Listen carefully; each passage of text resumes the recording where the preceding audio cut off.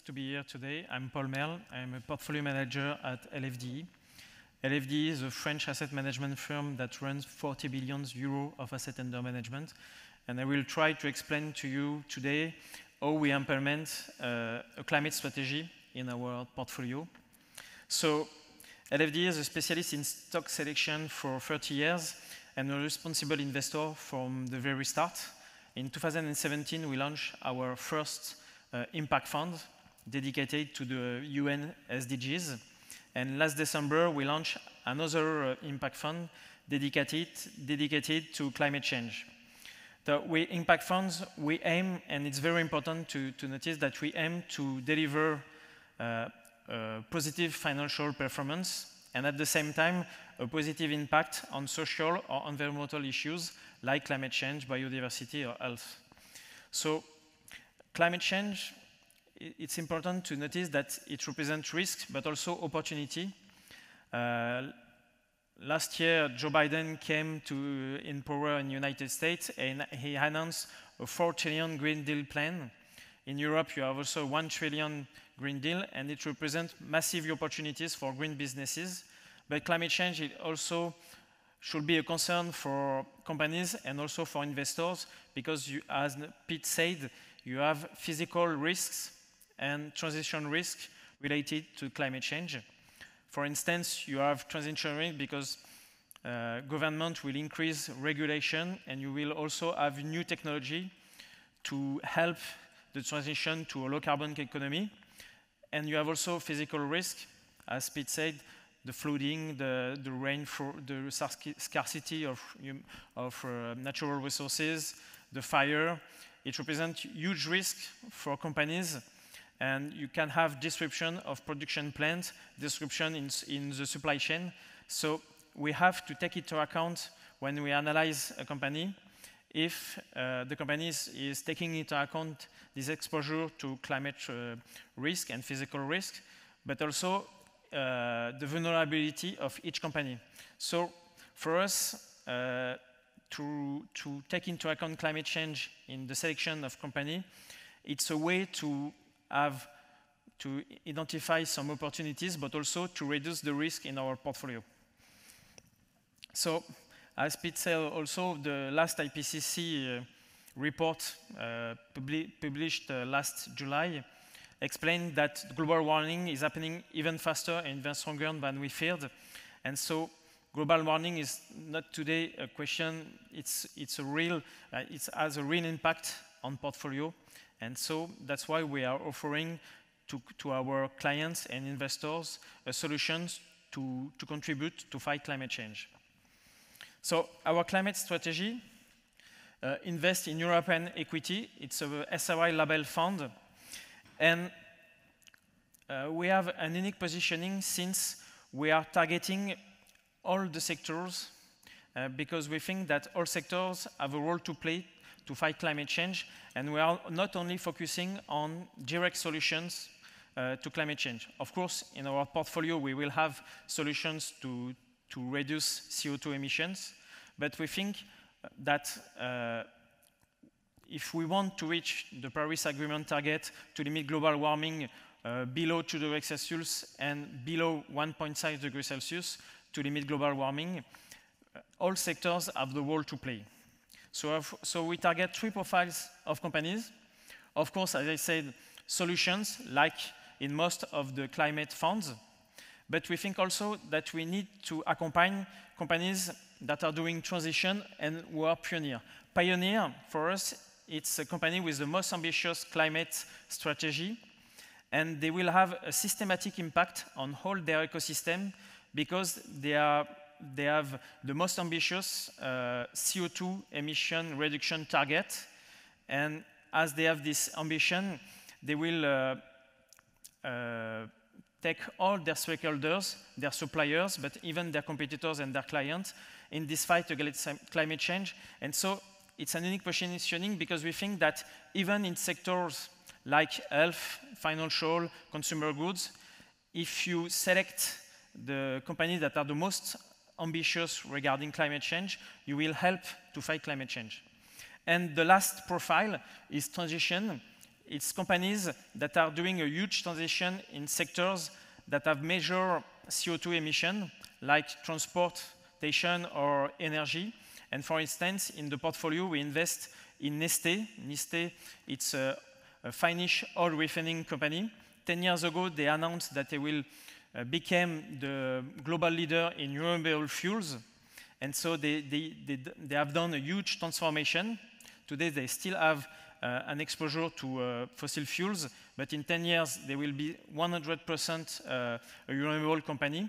And so they are doing renewable fuels by using waste, residues, and their renewable diesel decreased by 80% the CO2 emission for planes and 80% for cars. So it's this kind of company we think that we should accompany in their transition and not exclude, like some climate funds are doing, because they think that if you have an exposure to fossil fuel, you should be excluded. So we think, as I said, all sectors have a role to play in the fight against climate change.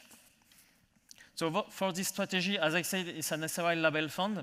So we have 3 levels of screening. First of all, we have an ESG screening. So we are looking for ESG excellence, and we have also the exclusion of controversial sectors like thermal coal, GMOs, alcohol or tobacco, and gambling. As I said, we have a climate filter, is the second screening. We are looking only at the most ambitious company regarding climate strategy. And the third filter is a fundamental analysis, because as I say, in impact fund, you should deliver financial performance and a positive impact on, for this, the climate, on climate. So we have 3 levels of screening. And to select companies, we are using the best tool available. So to determine the climate strategy of the company, we have an in-house methodology called the climate maturity. And it's a methodology to assess the level of commitment of each company regarding climate change. And this methodology has been conceived in partnership with iCare and Consult. It's an independent environmental expert that help us to create this methodology.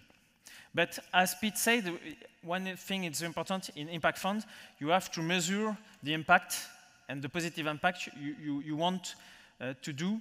And so we have an objective in our portfolio to have an average temperature of the company in our portfolio that is in line with the Paris Agreement target to limit global warming below 1.5 degrees Celsius. So it's important for us to have data to calculate this impact. And so in the monthly report of our portfolio, we have several data that are monthly available, and we have, for instance, the average CO2 emission of our portfolio versus the benchmark. We have the temperature of the portfolio because it's the main objective of our impact fund, of our climate impact strategy. We have also data about the exposure to physical risk and the green share. That means the share of the revenue of companies in which we invest that are contributing to offer solutions to climate change.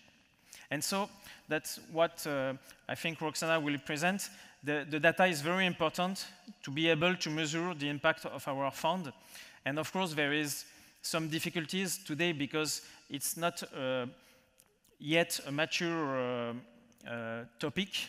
And so a lot of companies are not disclosing their CO2 emission, or if they are not every company are disclosing scope 1, scope 2, and scope 3. So it's very difficult, but it's a work in progress, and a lot of companies are calculating and delivering data that are more and more accurate. And it's very helpful for us and for this kind of fund. So on this slide, you have our climate filter. So I said our methodology is the climate maturity. So it incorporates 3 criteria. The first one represents 30% of the global score. It's the climate governance. In this criteria, we are trying to understand and to assess which level of the hierarchy drives the climate strategy in the company, if it's at board level, if it's the CEO, or if it's only a way to communicate and if it can be considered as a greenwashing. We are also looking if there is climate criteria in the remuneration of the CEO, because if the remuneration of the CEO is linked to climate issues, the company will be more engaged to reach this goal. And also, we are looking at the exposure to physical risk. The next criteria is climate commitment. It represents 60% of the global score. We assess the quality of the climate roadmap. We assess if the company is integrating climate issues in the supply chain. And we are looking at the past and future climate trajectory. And finally, the just transition, it's 10% of the climate maturity and of our methodology. We assess the impact of the carbon trajectory on the workforce of the company and on the product availability. And for instance, in the transition sector, as I said, one of the 3 profiles we are looking for in our fund is transition. And it's companies that are doing a huge transition in sectors that represent very huge CO2 emission. We have this actor, Neste. Neste, we assess how the reorganization linked to this transformation from a fossil fuel company to a renewable company is done, and if it's done responsibly. So it's 3 levels of criteria, and we have also the possibility to give a penalty of minus 20% maximum to the company if the company is facing controversies about climate. So in our selection and our portfolio construction, as I said, we are 3 kinds of companies. I don't really detail again, but for solutions, and it's very important to notice that more than 60% of the portfolio must be invested in solution plus pioneers. So solution, it's a company that is offering goods and products that help to reduce CO2 emissions. So in this category, we have renewables company, we have companies that are offering to their clients and industrial clients a way to reduce their CO2 emissions or to improve carbon efficiency. We have also companies involved in green transportation, like Alstom, and we identify companies with more than 20% of green shares. That means 20% of net revenue contributing to 2 SDGs, the SDG 7 climate action and the SDG 11 sustainable cities. And for instance, we have in the portfolio Alstom. Alstom is a leader in the train sector. It's a French company. And we have identified 42% of green revenue. So we are really demanding when we are assessing the level of green share, because for Alstom, for instance, we don't take into account the signaling solutions or the services offered by Alstom. And we have also a negative share of Alstom coming from diesel train. So you have 42 positive green share, positive revenue, and minus 2% negative revenue coming from diesel train. And so we think that Alstom has a 42% exposure to green revenue. And in this kind of category, in this profile solution, we have also renewable companies like EDPR or Voltalia, or companies that are offering solutions to improve energy efficiency, like Schneider Electric. The second category, as I said, is Pioneer. It's a company with the most ambitious climate strategy. And to determine if a company has a really ambitious climate strategy, we have both our climate maturity. So the climate maturity score should be above 60% in this category. But we also look only at companies who have CO2 emission reduction targets validated by the Science Based Targets initiative in line with the Paris Agreement target to limit global warming below 1.5 degrees Celsius. So we have external provider to determine if a company can be a pioneer. And as I said, in this category, we have sectors, companies in sectors that are traditionally missing in climate fund, like AstraZeneca, it's an health company. We have also companies like L'Oréal in the consumer goods, or company like BNP Paribas in the bank sector, or Allianz in the insurance sector, because we think that this company, they have target set validated by the SBT, and they have the most ambitious climate maturity. And finally, the transition is, as I said, with actors like Neste. Thank you very much.